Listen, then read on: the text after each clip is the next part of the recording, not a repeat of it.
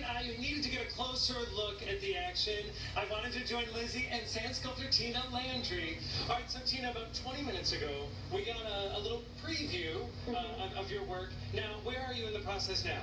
So I'm finishing up, and I'm going to start doing the wood grain throughout, so the tiki mask has more of a traditional wood look to it. Okay, now I need to ask you about this sand, because I know a little earlier we were talking about the quartz.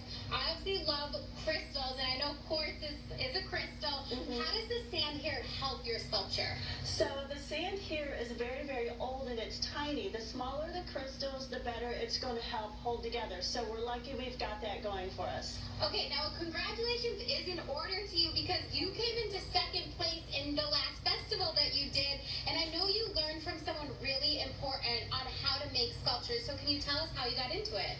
Yeah, so about a year and a half ago when I moved here, I started making sculptures for fun, and I met Andy Daly. He's the guy who puts on the Crystal Classic. He kind of took me under his wings, and he's really trying to help me learn. So he's the one that got me out here today.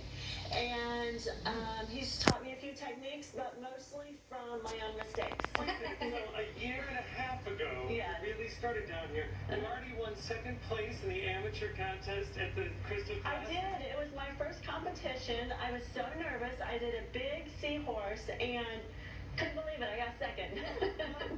All right. So I know Lizzie likes to get hands-on and learn. So will you show one of the? You have the only straw on Siesta Key. Guys, don't worry, guys. Wait, before, I really want to know, are you creating these in your mind's eye first? How do you visualize what you're going to make? So I had a friend do a tiki recently, and I was like, wow, that is amazing. I have 2 hours. That'll be simple. I can do it. And then I just started researching. I was on the airplane on my way back, and I, with a pen, no one had a pencil, and I drew out my little, what I was going to do, and did a couple of practice runs, some small ones, and here we are. Well, I'm amazed, but okay, maybe if you can get in a little nooks and corners. How do you say the Grannies. Then I can practice this. Okay. Yeah, so make deep cuts, and the sand falls with gravity, and then you just blow it out. Okay, so I'm going to try. So blow, it's right there, right? Yeah. And now, is there any tips? Yeah, make sure you don't blow straight because it'll go back into your eyes. Okay, I'm not going to do that, but I'm going to try my best. So here we go. Let's see. All right. There you go. Oh!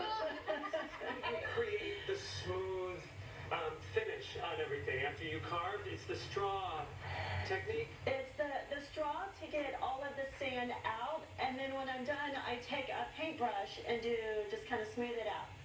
I'm always amazed by the different everyday tools that you use. Like that looks like a cake spreader. It is. Like an icing spreader. It is. It's I all know flexible. nothing about cooking, so I didn't know that. Yes.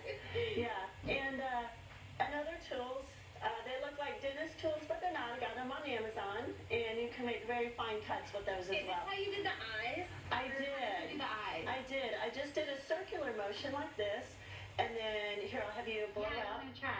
and then blow it out. There you go. Now, Tina, let me ask you, it's probably a question that you get asked a lot, but when you're in the middle of the Crystal Classic, we can't talk to you like we can now. How do you, as an artist, walk away after it's done? Like, I want to preserve it and shellac it, but we certainly can't do that. How do you walk away from the process? What do you do? So what I do is I say goodbye because it's no longer mine. Especially when I'm on a public beach, I do a sand sculpture, I take a picture, and I literally walk away. My first big one I did, I was almost in tears. The next morning I came out, mine was gone. Everybody did a pretty Christmas thing. I was like, oh, let it go. Well, speaking of the Crystal Classic, if someone wants to join, now is a great time to plan. Yes. I know that people will plan vacations around this. You can learn more, but get it on your calendar right now. Coming up in November, it is November 14th through the 17th. The Siesta Key Crystal Classic. You can find tickets and more information online at siestakeycrystalclassic.com. Yep. And you can buy